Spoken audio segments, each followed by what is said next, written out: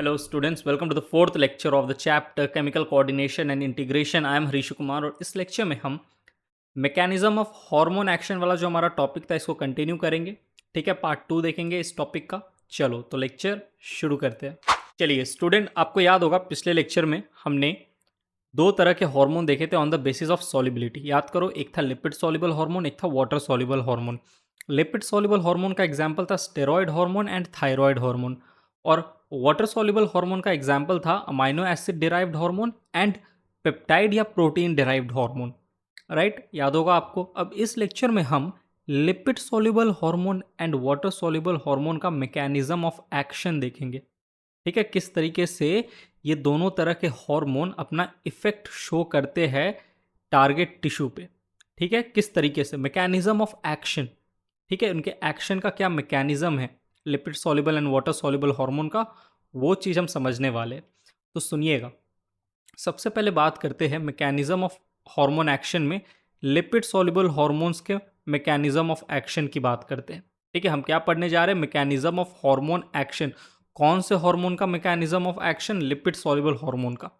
ठीक, सुनो, जो लिपिड सॉल्युबल हार्मोन होते हैं वो एंटर करते हैं अपने टारगेट सेल में। सबसे पहले लिपिड सॉल्युबल हार्मोन क्या करेगा, टारगेट सेल में एंटर करेगा। टारगेट सेल में एंटर करेगा किस तरीके से, देखो ये आपका टारगेट सेल है। सेल का ये साइटोप्लाज्म है। सेल में आपको पता है न्यूक्लियस होता है, और ये सेल का सेल मेम्ब्रेन है। ठीक है, सेल मेम्ब्रेन है। अब सुनो, ये रहा हमारा हार्मोन। कौन सा हार्मोन है ये एक तरह का लिपिड सॉल्युबल हार्मोन है। ठीक है, ये हार्मोन सबसे पहले एंटर करेगा इस सेल के अंदर। ठीक है, ऑलराइट, लिपिड सॉल्युबल हार्मोन है भाई। लिपिड सॉल्युबल आपको पता है, जो सेल मेम्ब्रेन होती है वो एक लिपिड की बनी होती है, फोस्फोलिपिड। ठीक है, ऑलराइट ऑलराइट, ये जो सेल मेम्ब्रेन है ये एक लिपिड की बनी हुई है। लिपिड कौन सा लिपिड, फोस्फोलिपिड की। और हार्मोन भी कैसा है, लिपिड सॉल्युबल हार्मोन है। तो आराम से इस सेल मेम्ब्रेन से होकर गुजर जाएगा ये हार्मोन और अंदर आ जाएगा। ठीक है, क्योंकि ये जो सेल मेम्ब्रेन है ये भी कैसा है, ये कैसा है, लिपिड का बना हुआ है। और हमें पता है ये हार्मोन कैसा है, लिपिड सॉल्युबल हार्मोन है। तो आराम से सेल मेम्ब्रेन को क्रॉस कर लेगा और अंदर आ जाएगा। सेल मेम्ब्रेन को क्रॉस करके साइटोप्लाज्म में ये हार्मोन आएगा, और फिर न्यूक्लियस के मेम्ब्रेन को, न्यूक्लियस का मेम्ब्रेन भी फोस्फोलिपिड का बना है, तो न्यूक्लियस के मेम्ब्रेन को भी क्रॉस करता हुआ ये हार्मोन न्यूक्लियस के अंदर आ जाएगा। अब इस लिपिड सॉल्युबल हार्मोन के लिए इस न्यूक्लियस में इंतजार कर रहा है एक रिसेप्टर। ठीक है, देखिए lipid soluble hormones interact with intracellular receptor. Intracellular receptor ऐसे रिसेप्टर होते हैं जो सेल के अंदर पाए जाते हैं। सेल के अंदर कहाँ, न्यूक्लियस के अंदर पाए जाते हैं। तो न्यूक्लियस के अंदर इस लिपिड सॉल्युबल हार्मोन के लिए इंतजार कर रहा है एक इंट्रासेलुलर रिसेप्टर। और ये इंट्रासेलुलर रिसेप्टर आपको पता है एक तरह का हार्मोन रिसेप्टर है, और हार्मोन रिसेप्टर स्पेसिफिक होते हैं। ठीक है, स्पेसिफिक होंगे। ये लिपिड सॉल्युबल हार्मोन ही इस इंट्रासेलुलर रिसेप्टर के साथ बाइंड कर पाएगा। ठीक, अब देखिए फिर क्या होगा, जैसे ये दोनों आपस में एक दूसरे के आमने सामने आएंगे, ये लिपिड सॉल्युबल हार्मोन और ये रिसेप्टर, तो ये आपस में बाइंड कर जाएंगे। तो इससे क्या होगा, फॉर्मेशन होगा एक हार्मोन रिसेप्टर कॉम्प्लेक्स का न्यूक्लियस के अंदर। ठीक है, इस तरीके से ये हार्मोन और रिसेप्टर आपस में बाइंड कर लेंगे, और यहाँ पर एक हार्मोन रिसेप्टर कॉम्प्लेक्स का फॉर्मेशन होगा। तो समझ में आ रहा है। अब देखो, एक आपके लिए यहाँ पे एक प्यारा सा छोटा सा नोट है, बहुत इंपॉर्टेंट है, डायरेक्ट एनसीईआरटी का पॉइंट है, अच्छे से आपको समझ में आ जाना चाहिए। ये जो लिपिड सॉल्युबल हार्मोन है जो कि न्यूक्लियस के अंदर जाकर इंट्रासेलुलर रिसेप्टर के साथ बाइंड कर गया है, दीज हार्मोन, दीज मतलब कौन से, lipid soluble hormone, regulate gene expression. ये जीन के एक्सप्रेशन को रेगुलेट करेंगे। ठीक है, और क्रोमोसोम फंक्शन, यानी कि एक तरीके से क्रोमोसोम फंक्शन को रेगुलेट कर रहे हैं bye the interaction of hormone receptor complex. तो पहले ये हार्मोन जाकर इस रिसेप्टर के साथ मिलकर एक हार्मोन रिसेप्टर कॉम्प्लेक्स फॉर्म करेगा, और फिर ये हार्मोन रिसेप्टर कॉम्प्लेक्स जो है क्या करेगा, जीन एक्सप्रेशन को एंड क्रोमोसोम फंक्शन को रेगुलेट करने का काम करेगा। ये हार्मोन अपने आप जीन एक्सप्रेशन या क्रोमोसोम फंक्शन को रेगुलेट नहीं कर पा रहा था, ये हार्मोन पहले जाके इस रिसेप्टर के साथ बाइंड किया, फिर जाके जो हार्मोन रिसेप्टर कॉम्प्लेक्स बना, ये हार्मोन रिसेप्टर कॉम्प्लेक्स रेगुलेट कर रहा है gene expression and chromosome function को। देखो ना यहाँ लिखा भी है, these hormone regulate gene expression और chromosome function by the interaction of hormone receptor complex, ठीक है, with the genome. By gene expression और क्रोमोसोम फंक्शन को रेगुलेट कर रहा है, यानी कि जीनोम के फंक्शन को रेगुलेट कर रहा है, ठीक है, एक तरीके से। ठीक है, समझ में आ रहा है ना, जीनोम के फंक्शन को एक तरीके से रेगुलेट कर रहा है। Cumulative biochemical actions result in physiological and developmental effects. ठीक है, देखो होता क्या है, समझो। ये जो आपका ये जो कॉम्प्लेक्स बना, ये क्या करेगा, आपके जीनोम में, इस न्यूक्लियस के अंदर क्या प्रेजेंट होगा, डीएनए। डीएनए आपका जीनोम, ठीक है। इस डीएनए में यहाँ पर डीएनए का जो रीजन है, ठीक है, जो कि एमआरएनए बनाता है, उसे हम कहते हैं जीन। ठीक है, अब इस जीन को, ठीक है, क्या करेगा, सप्रेस कर सकता है या एक्सप्रेस करवा सकता है ये। ठीक है, तो जीन के सप्रेशन को या एक्सप्रेशन को ये क्या करता है, एक तरीके से जीन को रेगुलेट करेगा, जीन को या तो एक्सप्रेस कराएगा या सप्रेस करवाएगा। ठीक है, तो जीन क्या होता है, डीएनए का वो हिस्सा जो आरएनए बनाता है। तो ये हार्मोन रिसेप्टर कॉम्प्लेक्स क्या करेगा, इस जीनोम के ऊपर एक्ट करेगा और इस जीन को एक्सप्रेस करवाएगा ताकि ये जीन से एमआरएनए बने। फिर इसके बाद एमआरएनए से, आपको पता है, अगर नहीं पता है तो समझ लो, एमआरएनए से प्रोटीन बनता है। अब ये जो प्रोटीन बनेगा, ये सेल के बहुत सारे बायोकेमिकल फंक्शन को रेगुलेट करेगा, बहुत सारे physiological activities and developmental activities को रेगुलेट करेगा। इस तरीके से क्या करेगा, जो फिजियोलॉजिकल एंड डेवलपमेंटल इफेक्ट्स है वो करवाएगा। ठीक है, ये प्रोटीन। अब ये प्रोटीन बना कैसे, जब तक ये हार्मोन रिसेप्टर कॉम्प्लेक्स ना बनता और ये जीन को एक्सप्रेस नहीं करवाता, तब तक ये एमआरएनए नहीं बनता और एमआरएनए से ये प्रोटीन नहीं बनता। तो देखो, हार्मोन जो है डायरेक्टली फंक्शन नहीं कर रहा है, लेकिन इनडायरेक्टली तो कर रहा है ना। हार्मोन अपने साथ एक मैसेज को लेकर आ रहा है। हॉर्मोन्स क्या होते हैं, केमिकल मैसेंजर होते हैं, अपने साथ एक मैसेज को लेकर आए थे और फिर ये हार्मोन रिसेप्टर के साथ बाइंड हो गए। और इसका मैसेज क्या था इस हार्मोन का, कि इस जीनोम पे ये जो जीन है इसको एक्सप्रेस करवाओ ताकि ये जीन से एमआरएनए बने और एमआरएनए से प्रोटीन बने, और फिर ये प्रोटीन इस सेल के बहुत सारे फिजियोलॉजिकल एंड बायोकेमिकल फंक्शन को रेगुलेट करवाएगा। ठीक है, तो एक तरीके से हम कह सकते हैं कि ये जो हार्मोन है, देखो समझना, डिटेल में समझना है हमें एकदम, क्योंकि आजकल आपको पता है नीट में जो सोचने वाले क्वेश्चन है, स्टेटमेंट वाले क्वेश्चन है, वो ज़्यादा आ रहे हैं। डायरेक्ट सवाल आपसे कोई नहीं पूछता है, घुमा फिरा कर पूछता है, और घुमा फिरा कर सवाल आएगा तो आप तभी सॉल्व कर पाओगे जब आप डेप्थ में किसी कॉन्सेप्ट को समझे। ठीक, तो आई होप आपको एकदम यहाँ डेप्थ में समझ में आ गया होगा। तो मैं कह सकता हूँ कि ये जो लिपिड सॉल्युबल हार्मोन है, ये जीन लेवल पे काम करते हैं। भाई जीन का एक्सप्रेशन करवा रहे हैं, क्रोमोसोम फंक्शन को रेगुलेट कर रहे हैं। ठीक है, यानी कि जीन लेवल पे काम कर रहे हैं लिपिड सॉल्युबल हार्मोन। ठीक है, चलिए आगे बढ़ते हैं। देखिए स्टूडेंट, अब जो चीज़ मैंने आपको समझाया, ठीक है, वो आपको एनसीईआरटी में इस फिगर में समझ में आएगा। Diagrammatic representation of the mechanism of hormone action. Steroid hormone के एक्शन को दिखाया गया है, और स्टेरॉयड हार्मोन जो है, it is an example of lipid soluble hormone.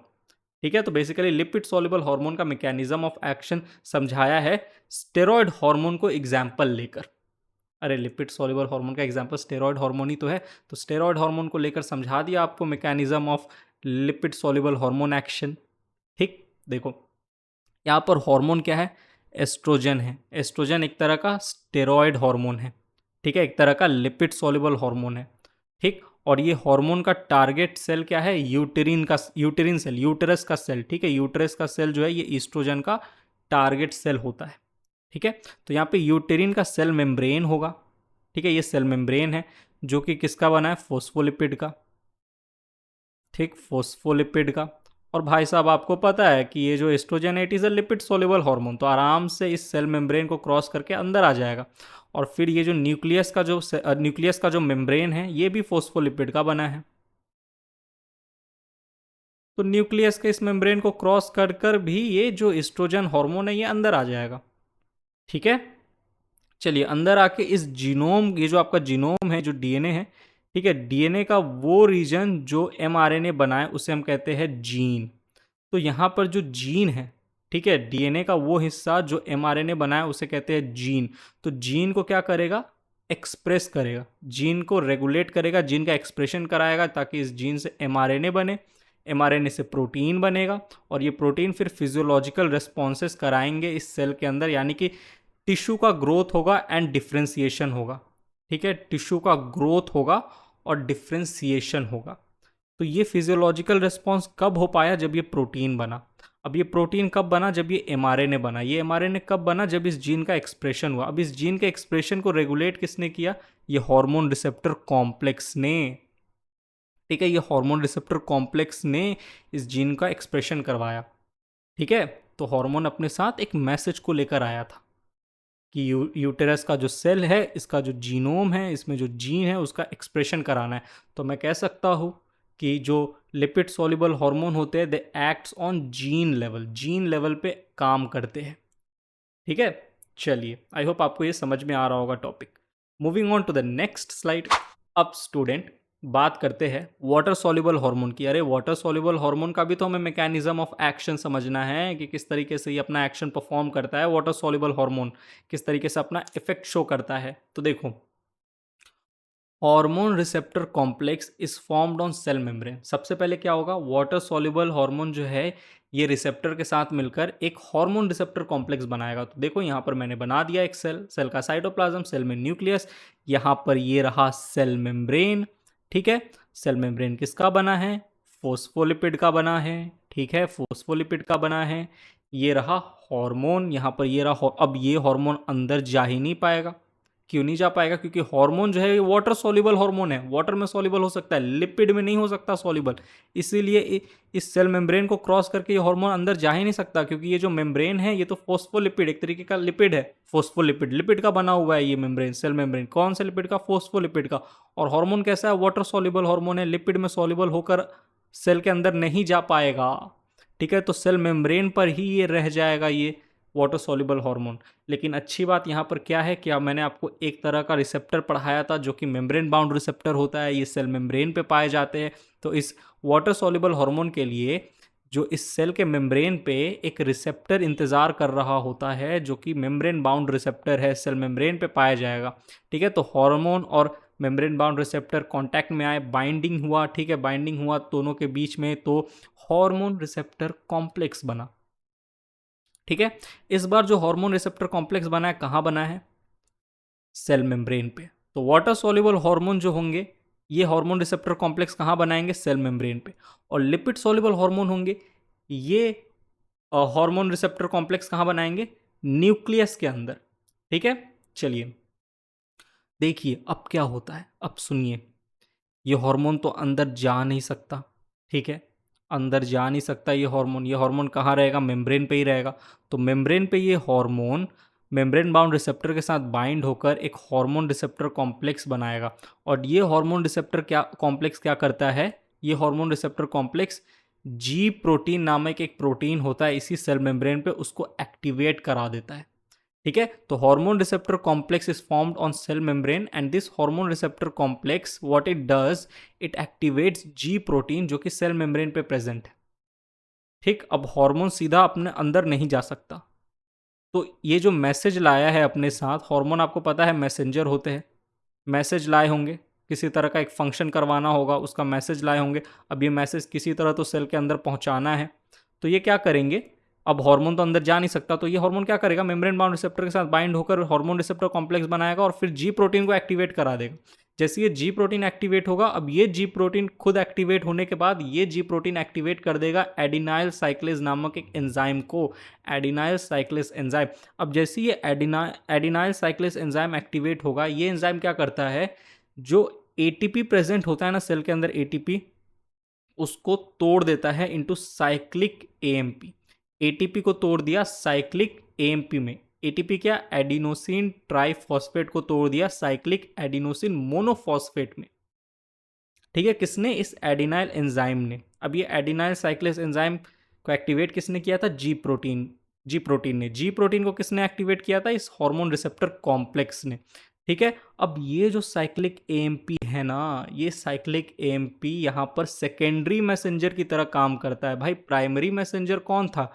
Sir ये वाटर सॉल्युबल हार्मोन तो सर हमारा प्राइमरी मैसेंजर था, अपने साथ मैसेज लाया था ताकि सेल के ऊपर इफेक्ट शो कर पाए। लेकिन ये बेचारा हार्मोन अंदर जा ही नहीं सकता, तो इस हार्मोन ने एक सेकेंडरी मैसेंजर जनरेट करवा दिया, ठीक है, सेकेंडरी मैसेंजर बनवा दिया, जनरेट करवा दिया, फॉर्म करवा दिया। कैसे फॉर्मेशन हुआ इस सेकेंडरी मैसेंजर का?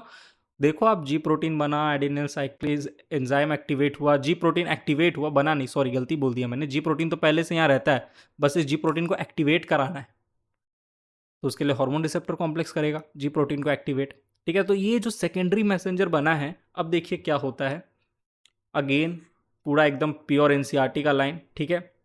दीज हॉर्मोन्स, यानी कि वाटर सॉल्युबल हार्मोन की बात हो रही है, do not enter into the target cell.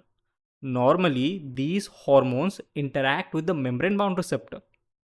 देखो यहाँ पे मेम्ब्रेन बाउंड रिसेप्टर के साथ इंटरैक्ट कर रहा है, एंड होगा यहाँ पे एडी लिख दिया, कोई नहीं, नोट्स दूंगा मैं, करेक्ट कर दूंगा, ठीक है। तो देखो, these hormone interact with the membrane bound receptor and forms a hormone receptor complex on sale membrane.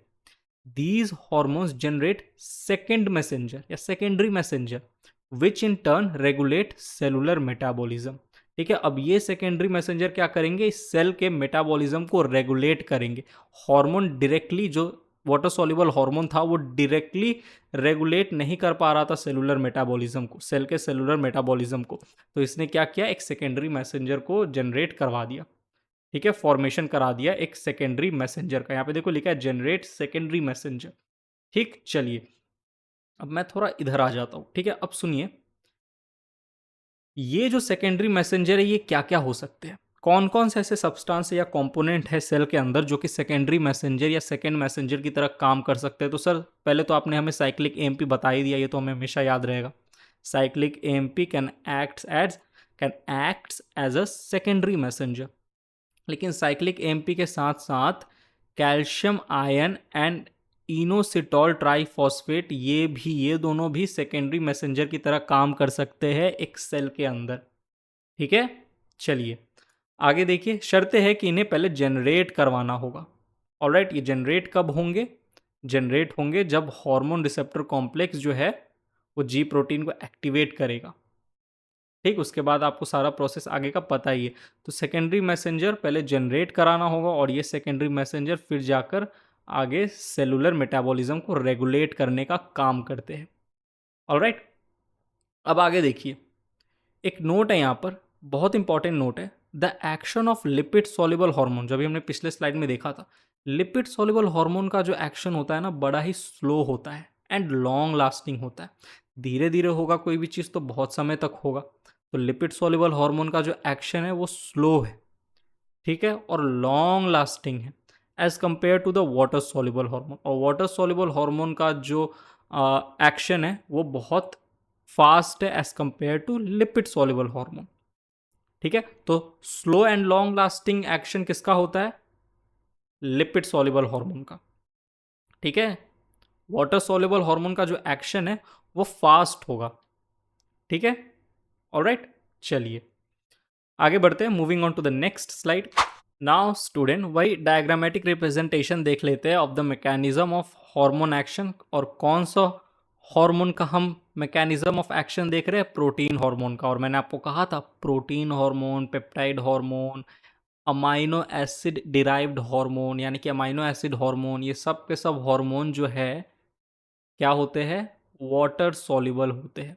तो बेसिकली वाटर सॉल्युबल हार्मोन का मैकेनिज्म ऑफ एक्शन यहाँ पे दिखाया गया है by using protein hormone as an example.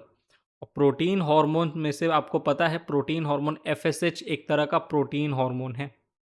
FSH and LH मैंने आपको अच्छे से बताया था, एफएसएच एंड एलएच ये पिट्यूटरी हार्मोन है, पिट्यूटरी ग्लैंड के हार्मोन हैं जो कि अपना इफेक्ट गोनैड्स पे शो करते हैं। गोनैड्स बोले तो फीमेल में ओवरी, मेल में टेस्टिस। तो देखो यहाँ पे ओवेरियन सेल मेम्ब्रेन है, ठीक है, उसके ऊपर ये एफएसएच अपना एक्शन शो करेगा, अपना इफेक्ट शो करेगा, ठीक है। ऑलराइट, चलिए अब सुनिए क्या होता है। ये हमारा हार्मोन एफएसएच मतलब प्रोटीन हार्मोन, मतलब कि वाटर सॉल्युबल हार्मोन। अब ये आएगा, वाटर सॉल्युबल हार्मोन है, सेल मेम्ब्रेन फोस्फोलिपिड यानी कि लिपिड का है। तो फिर बताओ क्या होगा, इस सेल मेम्ब्रेन को ये हमारा एफएसएच हार्मोन क्रॉस नहीं कर पाएगा।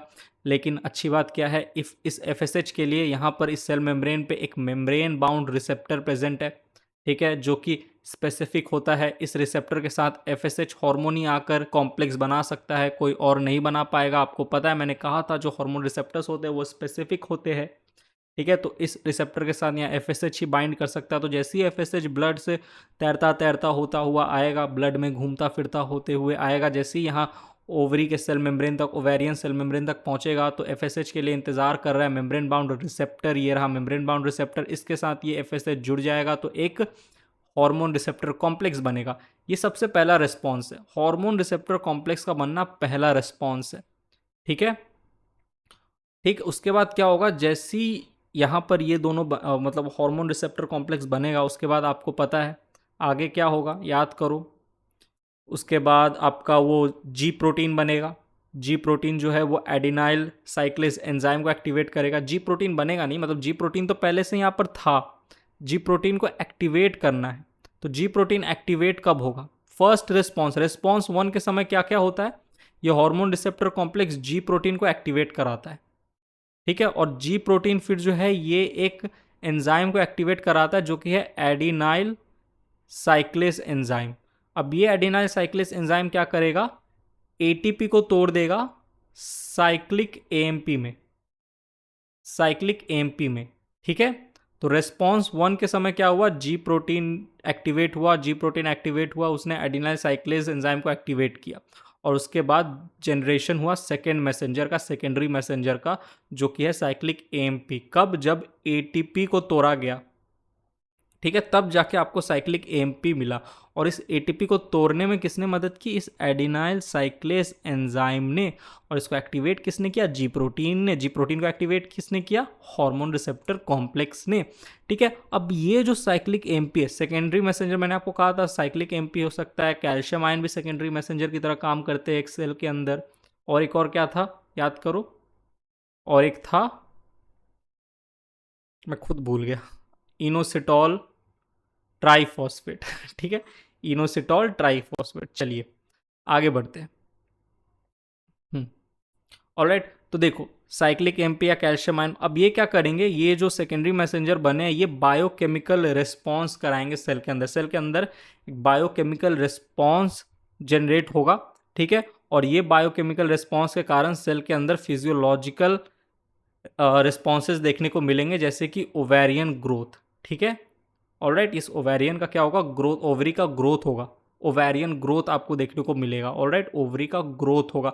तो ये ओवरी का ग्रोथ कब हो पाया, ये फिजियोलॉजिकल रिस्पॉन्स कब आपको देखने को मिला, जब ये बायोकेमिकल रिस्पॉन्स बना। अब इस बायोकेमिकल रिस्पॉन्स के बनने में किसका हाथ था, साइक्लिक एएमपी का।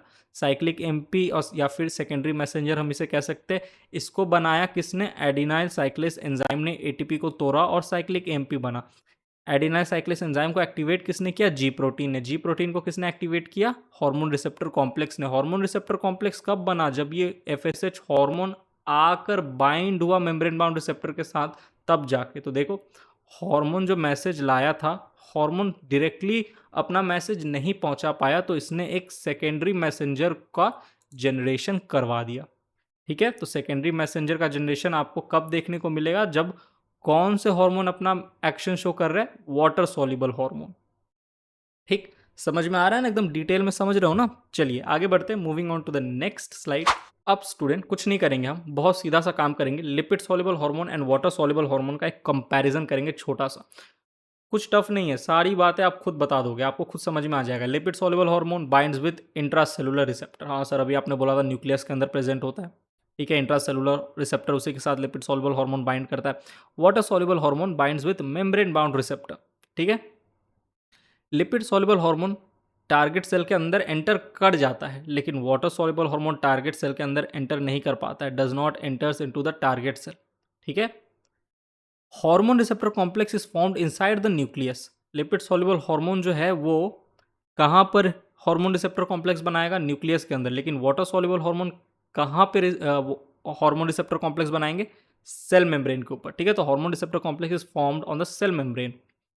Second messenger is not generated. Lipid soluble hormone के केस में किसी तरह का सेकेंडरी मैसेंजर या सेकेंड मैसेंजर नहीं बन रहा था, लेकिन वाटर सॉल्युबल हार्मोन में आपने देखा कि सेकेंड मैसेंजर जनरेट होता है, ठीक है। चलिए, तो यहीं पे ये जो लेक्चर है हमारा होता है समाप्त। ऑलराइट, आई होप आपको अच्छे से समझ में आया होगा। मैकेनिज्म ऑफ हार्मोन एक्शन हमने 2 पार्ट में समझा। तो मिलता हूँ मैं आपसे अब केमिकल कोऑर्डिनेशन एंड इंटीग्रेशन के अगले लेक्चर में। तब तक के लिए bye, thank you, take care.